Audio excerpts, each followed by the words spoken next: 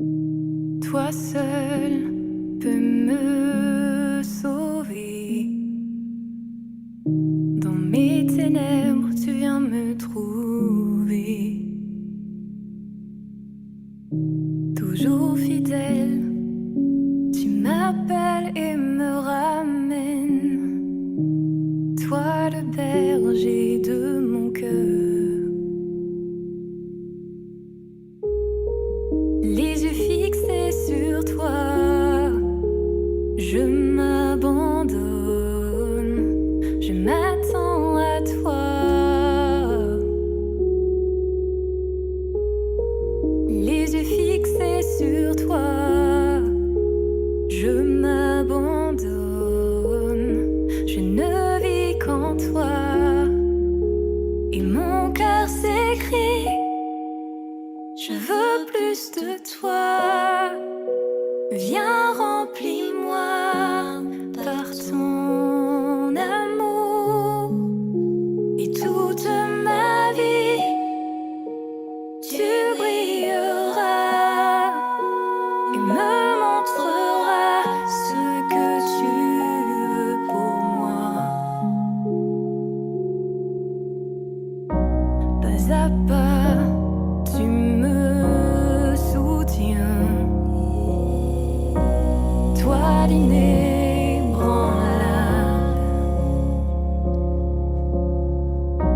tu te tiens là, toujours veillant sur moi. Amour insondable,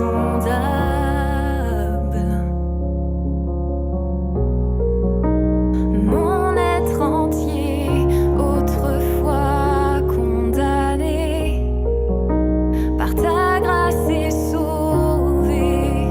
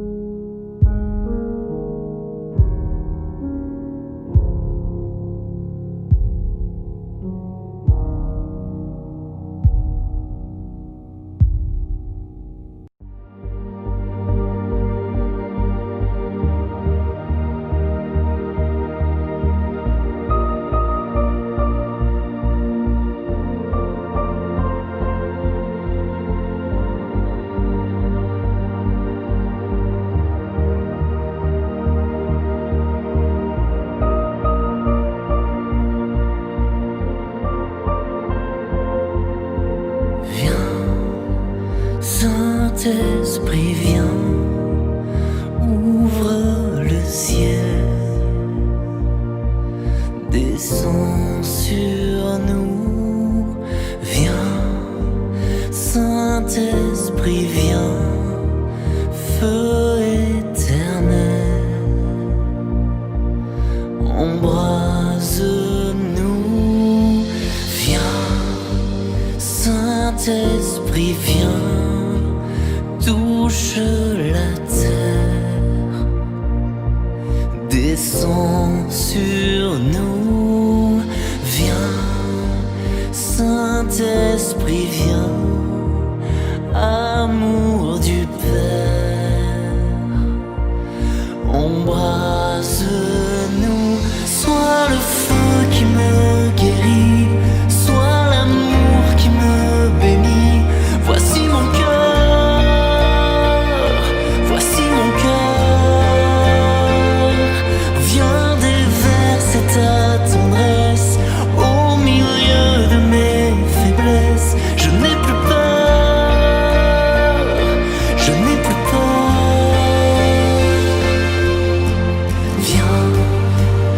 Saint-Esprit vient, fond l'atmosphère,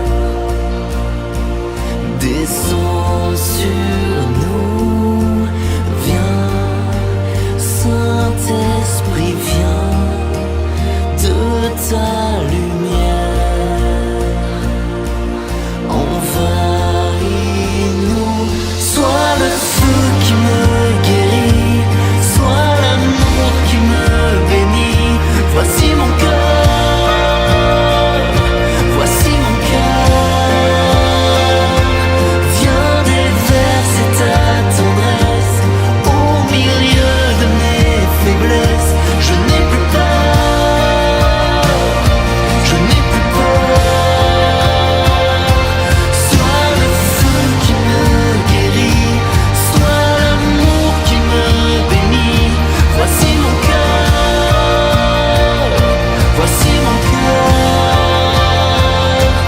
viens déverser ta tendresse au milieu de mes faiblesses, je n'ai plus peur, je n'ai plus peur.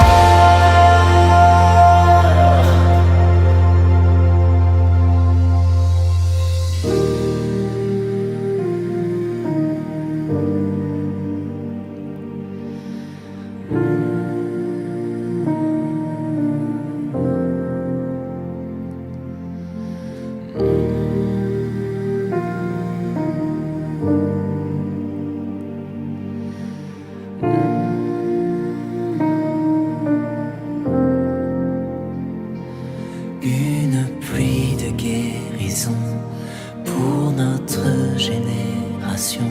Voici nos cœurs, voici nos cœurs. Dans l'onction de ton esprit, dans l'amour qui m'envahit, je n'ai plus peur, je n'ai plus peur. Une pluie de guérison pour notre génération. Voici nos cœurs, voici nos cœurs. Dans l'onction de ton esprit, dans l'amour qui m'envahit, je n'ai plus peur, je n'ai plus peur. Une pluie de guérison pour notre génération. Voici nos cœurs, voici nos cœurs. Dans l'onction de ton esprit, dans l'amour qui m'envahit,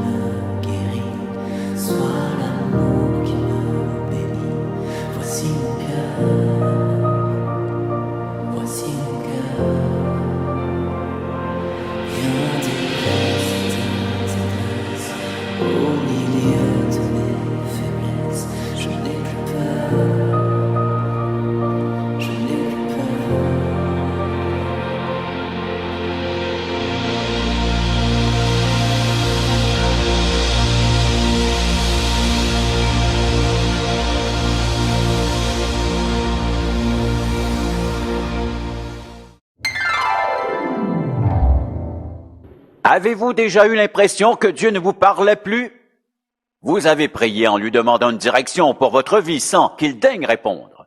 Ou peut-être êtes-vous affligé d'un grave problème de santé et vous lui demandez de vous guérir, mais il ne semble rien entendre. Rien ne se passe.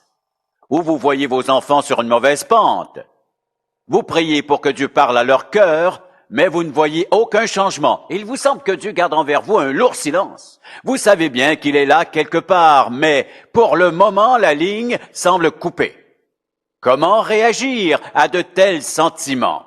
Avez-vous cette impression que Dieu ne s'intéresse plus à vous? Avez-vous cette crainte tenace qu'il ait pris ses distances? Est-ce seulement une impression ou est-ce que Dieu ne se fait plus aucun souci pour vous? Car dans votre tête, dans votre cœur et dans vos émotions, vous avez l'impression que Dieu reste sourd à toutes vos supplications quand vous avez tant besoin de lui. Car Dieu garde parfois un lourd silence, qu'il nous est difficile d'accepter et tout, particulièrement lorsque nous sommes éprouvés. Rien n'est pire que d'être physiquement souffrant quand rien ne se passe. C'est extrêmement décourageant. Mais a-t-il des raisons d'agir ainsi? Oui, bien sûr. Et dans ce cas, comment devrions-nous réagir de la meilleure manière? Toutefois, la connaissez-vous? En profitez-vous, apprenez-vous de cette expérience ou vous contentez-vous de l'endurer en pensant « je dois vivre seul cette dure épreuve » car Dieu ne répond pas à mes prières et il m'ignore. Commençons par ouvrir notre Bible dans le 11e chapitre de Jean. Nous y lirons les 15 premiers versets. La plupart d'entre nous connaissent bien ce passage. Je débute au verset 1. Il y avait un homme malade, Lazare de Béthanie, village de Marie, de Marthe, sa sœur. C'était cette Marie qui oignit de parfum le Seigneur et lui essuya les pieds avec ses cheveux, et c'était son frère Lazare qui était malade. Les sœurs envoyèrent dire à Jésus, « Seigneur, voici, celui que tu aimes est malade. » Après avoir entendu cela, Jésus dit, « Cette maladie n'est point à la mort, mais elle est pour la gloire de Dieu, afin que le Fils de Dieu soit glorifié par elle. » Or, Jésus aimait Marthe et sa sœur et Lazare. Lors donc qu'il lui apprit que Lazare était malade, il resta 2 jours encore dans le lieu où il était. Il dit ensuite aux disciples, « Retournons en Judée. » Les disciples lui dirent, « Rabbi, les Juifs tout récemment cherchaient à te lapider, et tu retournes en Judée? » Car ils craignaient que Jésus se fasse assassiner. Jésus répondit, « N'y a-t-il pas 12 heures au jour? Si quelqu'un marche pendant le jour, il ne bronche point parce qu'il voit la lumière de ce monde. Mais si quelqu'un marche pendant la nuit, il bronche parce que la lumière n'est pas en lui. » Après ces paroles, il leur dit, « Lazare, notre ami, dort, mais je vais le réveiller. » Les disciples lui dirent, « Seigneur, s'il dort, il sera guéri. » Jésus avait parlé de sa mort, de la mort de son ami Lazare. Mais ils crurent qu'il parlait de l'assoupissement du sommeil. Alors Jésus leur dit ouvertement, « Lazare est mort, et à cause de vous, afin que vous croyiez, je me réjouis de ce que je n'étais pas là. Mais allons vers lui, voici la situation. » Jésus aimait Lazare, et ses disciples étaient aussi de bons amis, car ils allaient souvent chez lui afin de prendre un peu de répit. Quand ils ont reçu la nouvelle, ils ont cru que Jésus retournerait sur le champ, car c'était son ami. Et pourtant, nous pouvons voir que Jésus ne fait rien du tout. Il s'attarde 2 jours de plus. Si on m'avait fait ça, j'aurais pensé. Et moi qui croyais que ce type était mon ami, et il y aurait un certain froid entre nous deux, car j'aurais eu l'impression que ses sentiments et ses actions ne concordaient pas avec toutes ces belles paroles. Dieu parle certainement encore aujourd'hui, tout comme dans l'Ancien Testament. Il parlait souvent à son peuple Israël afin de le diriger. Dieu parle encore aujourd'hui. Il semble toutefois préférer garder le silence de temps à autre. Nous avons probablement tous passé des périodes où Dieu ne semblait guère intéressé à nous parler. Nous avions beau prier et lui présenter nos requêtes, mais rien ne se passait. Même quand nous insistions, rien ne se passait. Nous avons cherché la volonté de Dieu dans les temps de deuil ou de maladie. « Seigneur, je veux faire tout ce que tu voudras, mais dis-moi ce que tu veux. Quel est donc ton plan? » Mais cela ne semblait pas le déranger du tout. Vous êtes-vous déjà fâché contre Dieu? Les plus braves l'admettent, les autres savent qu'ils se sont déjà fâchés contre lui. Vous savez bien qu'à un moment ou un autre, vous étiez peut-être fâché, mais juste un peu contrarié par la tournure des événements. Vous vouliez vraiment faire sa volonté, mais il ne vous montrait pas ce qui se passait dans votre vie. Et dans ce genre de situation, nous sommes tout à fait incertains quant aux intentions de Dieu, mais nous trouvons de précieux indices dans l'Ancien et le Nouveau Testament, et même dans le livre de l'Apocalypse et prophéties. Nous renseignent sur cette période trouble que sera la grande tribulation. Quand il ouvrit le 7e sceau, il y eut dans le ciel un silence d'environ une demi-heure. Vous pensez peut-être, moi ce qui m'intéresse, c'est que Dieu me parlait pas ces périodes de silence.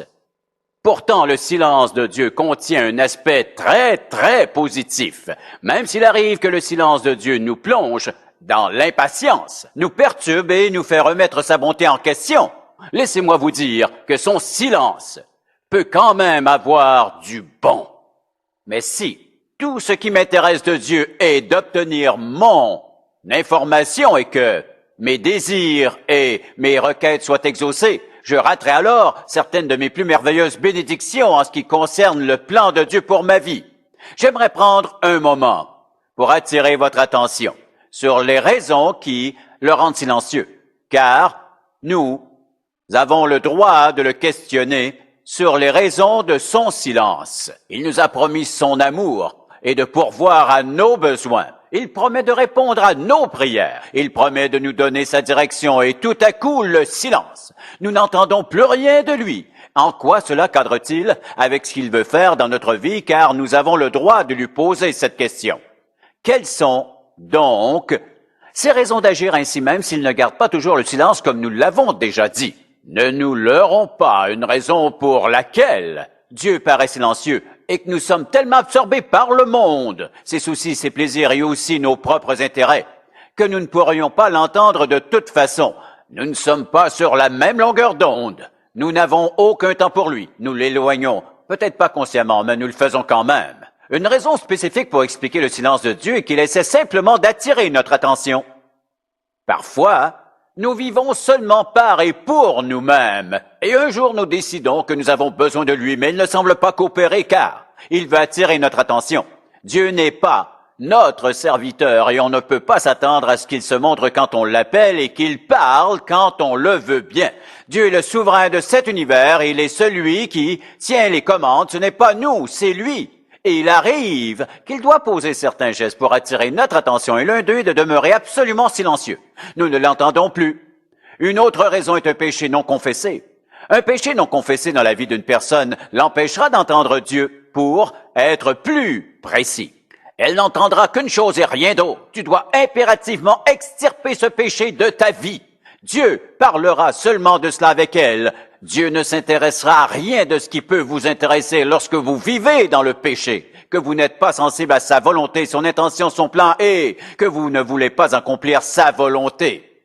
La troisième raison est que nous ne sommes pas toujours prêts. Nous ne sommes pas prêts à l'écouter. Nous menons notre petit train de vie comme nous l'entendons, mais si le péché est présent dans notre vie, pourquoi Dieu écouterait-il les requêtes de notre cœur? Pourquoi le souverain Dieu de cet univers passerait-il par-dessus ses exigences de sainteté, contournerait ses appels à l'obéissance, négligerait ses propres commandements à marcher dans ses voies pour répondre à nos prières?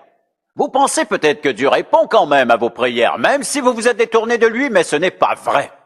Mais le diable peut aider à répondre à vos prières, car il adore travailler de cette manière. Vous priez pour une requête contraire à la volonté de Dieu, je puis vous dire que Satan vous offrira une contrefaçon, une parodie, une falsification pour vous détourner de la volonté de Dieu. Il vous aidera à sa façon afin de vous détourner du plan de Dieu. C'est pourquoi nous prions et nous regardons ce qui nous arrive. Si Dieu ne fait rien pour nous arrêter et pour attirer notre attention, nous essaierons de toutes les manières possibles d'arranger, de manipuler nos circonstances afin de continuer dans la direction que nous nous sommes fixés.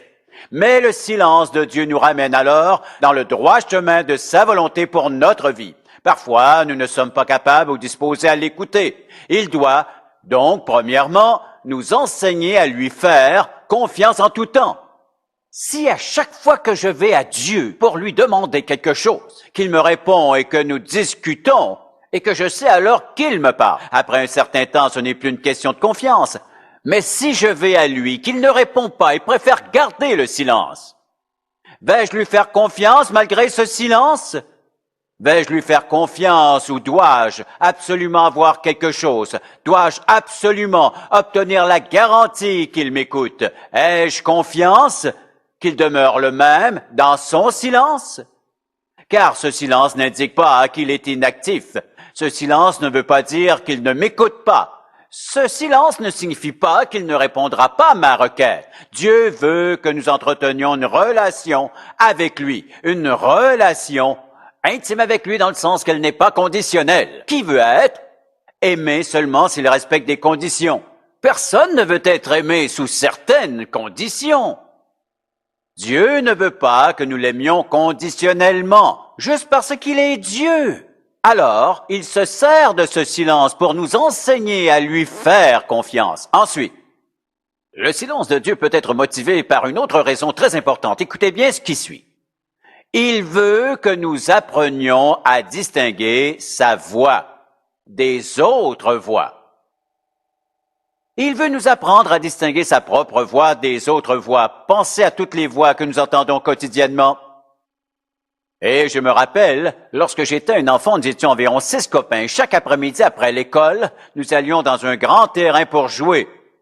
Et je peux encore me rappeler que nos jeux duraient parfois jusqu'à l'heure du repas et nous savions que nous devions nous arrêter pour aller manger quand nos mères nous appelaient.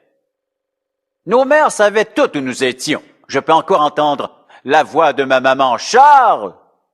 Je pouvais distinguer la voix de ma mère de celle des autres mères.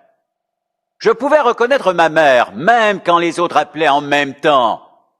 Et même si ma mère ne m'appelait pas par mon nom et qu'elle dise « C'est le temps de rentrer pour manger », je savais que c'était elle car je l'avais reconnue. Peu importe combien de mères appelaient en même temps, je savais que c'était la mienne. J'ai grandi avec cette voix et je l'aurais reconnue entre 1000. Je n'avais donc pas à me demander si quelqu'un d'autre appelait. Je pouvais distinguer la voix de ma mère des autres voix. De la même manière, nous apprenons à distinguer la voix de Dieu des autres voix. Beaucoup de gens peuvent nous donner leur avis, nous conseiller. Mais ensuite, lorsque nous recherchons en silence la présence de Dieu, alors nous sommes capables de distinguer sa voix de la voix des autres personnes qui nous proposent leur avis. Le silence de Dieu comporte un autre avantage dont nous avons déjà parlé. Quel est le but de Dieu pour nous? Son but est d'entrer en relation. Il est un Dieu relationnel. Il veut une relation authentique avec nous. Si vous êtes marié et heureux avec quelqu'un, ne pouvez-vous pas rester assis avec cette personne sans rien dire ou ne rien faire et être quand même satisfait? Si vous entretenez une relation sincère, vous n'avez pas besoin d'avoir ceci ou cela. En certains temps, sa présence suffit. Faites-vous confiance à Dieu? Sa présence vous suffit-elle car c'est ce qu'il désire réellement?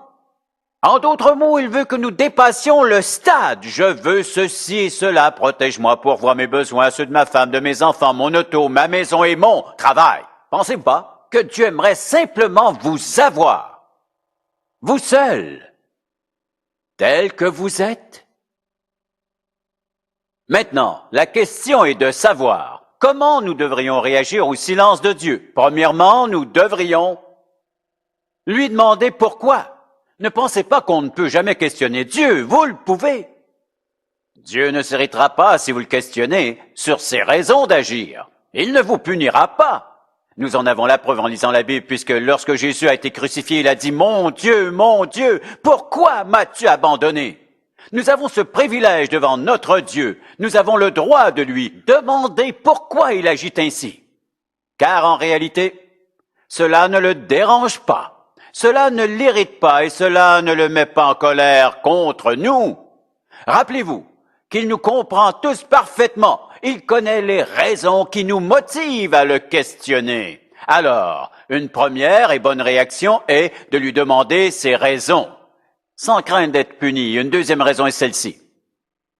Nous avons vu que Son silence ne veut pas toujours dire qu'il est inactif. En d'autres mots, si vous allez à lui pour lui demander quelque chose, par exemple de vous indiquer sa volonté pour votre vie, ce qui vous arrivera à la fin de cette période de silence est la réponse à vos préoccupations.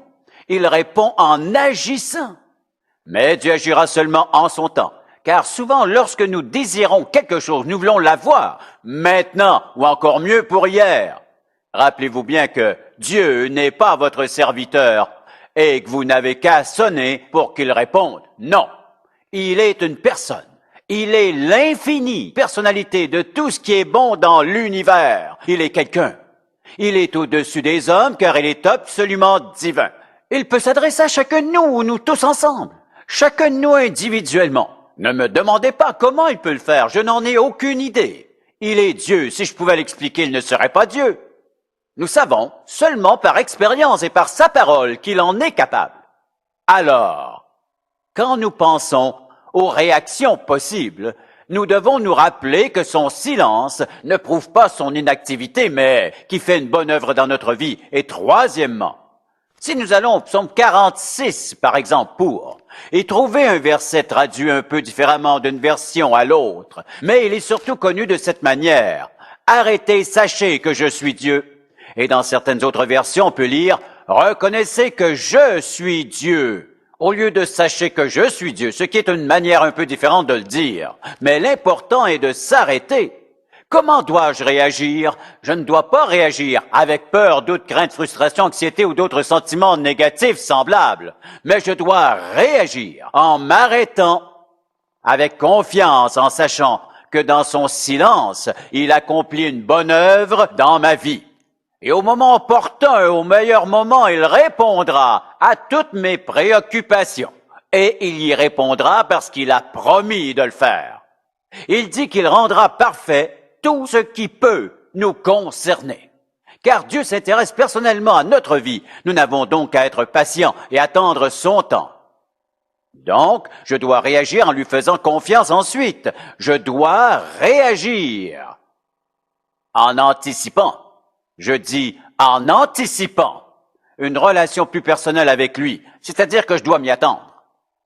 En d'autres mots, j'anticipe que dans son silence, Dieu ne veut pas seulement faire une bonne œuvre dans ma vie, mais il veut entretenir avec moi une relation plus profonde qu'auparavant.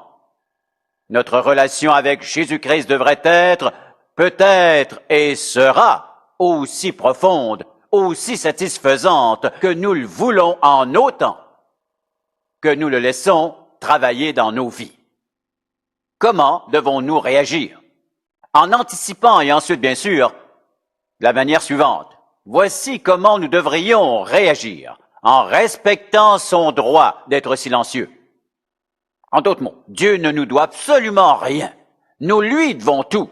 Je dois donc respecter le droit de Dieu de garder le silence s'il le décide sans que je me sente obligé de savoir pourquoi. Je peux lui demander. Je peux me regarder pour savoir si je dois régler certaines choses, mais Dieu a le droit d'être silencieux. Si vous êtes marié ou avez un ami que vous alliez quelque part et l'un des deux ne parle pas, quelque chose ne va pas, non? Pourquoi ne parles-tu pas? Je voulais rester tranquille. Vous savez, nous ne vivons pas dans une société très tranquille, mais plutôt dans un monde bruyant. Des télévisions bruyantes et des radios bruyantes, même les cellulaires sont bruyants. De nos jours, le monde force les gens à vivre à toute vitesse, avec peu de place pour le silence. Ordinateur de poche, cellulaire dans l'oreille, la radio avec tout ce bruit qui nous suit partout. Aucun temps pour le silence. Or, cela n'arrivera pas tout seul. Cela arrivera seulement après une décision de votre part d'être tranquille devant Dieu. Voilà comment réagir en de telles circonstances. Une des meilleures réactions lorsque Dieu est silencieux est de se mettre à étudier la parole de Dieu. Par où commencer? Où vous voulez, car cela importe peu. Mais un bon endroit pour le faire, si vous ne connaissez pas trop la Bible, est d'aller dans les psaumes et de commencer par le premier. Lisez et priez en même temps. Seigneur, je ne sais pas ce qui se passe, toutefois, je suis disposé, je suis à ta disposition pour t'écouter. En commençant à lire la parole de Dieu, rappelez-vous bien cette vérité. Le Saint-Esprit de Dieu, qui vit à l'intérieur de vous, connaît exactement votre besoin. Il sait aussi où vous en êtes dans votre vie. Il habite à l'intérieur. Quel est ce processus? Même si vous n'entendez pas Dieu vous parler, le Saint-Esprit interprète pour vous ce que vous lisez. Je veux également vous partager ceci, et c'est là la vraie clé. Quand Dieu garde le silence, continuez à parler, prier et à lire sa parole. Voici pourquoi.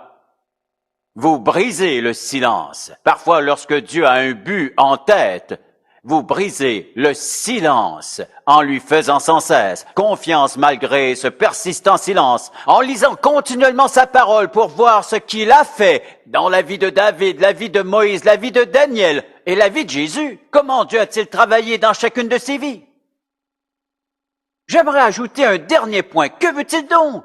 Dieu désire une relation personnelle et profonde avec vous qui placera votre vie chrétienne à un niveau absolument supérieur à ce que les gens imaginent d'un chrétien. Ce n'est pas seulement de prier, d'aller à l'église, de lire la Bible et de donner, d'être gentil, de témoigner aux autres, même si tout cela est important. Mais ce qu'il veut est une relation avec vous. Ce véritable amour qui sort de vous pour aller à lui, dans un pur esprit d'obéissance, une relation, implique quoi? Un sens d'unité. Les deux ne font plus qu'un. Et lorsque nous pensons comme Dieu, nous accomplissons sa volonté. Si nous pensons comme Dieu le fait, nous comprendrons son amour et nous pourrions continuer ainsi sur la liste des désirs de notre cœur.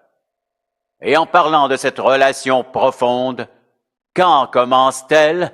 Vous devriez y guider vos enfants dès le début de leur vie. Quand je pense à toutes ces personnes qui se contentent de survivre, sans jamais expérimenter une relation profonde avec Dieu, il existe des gens qui ont peur du silence, mais vous savez ce qu'ils craignent? Quand il n'y a aucun son, ils doivent penser. Et beaucoup de gens n'aiment vraiment pas penser. Plusieurs m'ont déjà dit, je ne veux pas penser à cela tout de suite. Oui, mais alors quand y penserez-vous un de ces beaux jours? Vous me dites que vous penserez à la mort un de ces jours? Eh, ne me parlez pas de la mort, vous ne me faites pas peur. Je n'essaie pas de vous faire peur, mais la mort est inévitable. Il y a des gens qui ont peur de la mort et d'un pur silence. Mais naturellement, vous n'êtes pas comme ça.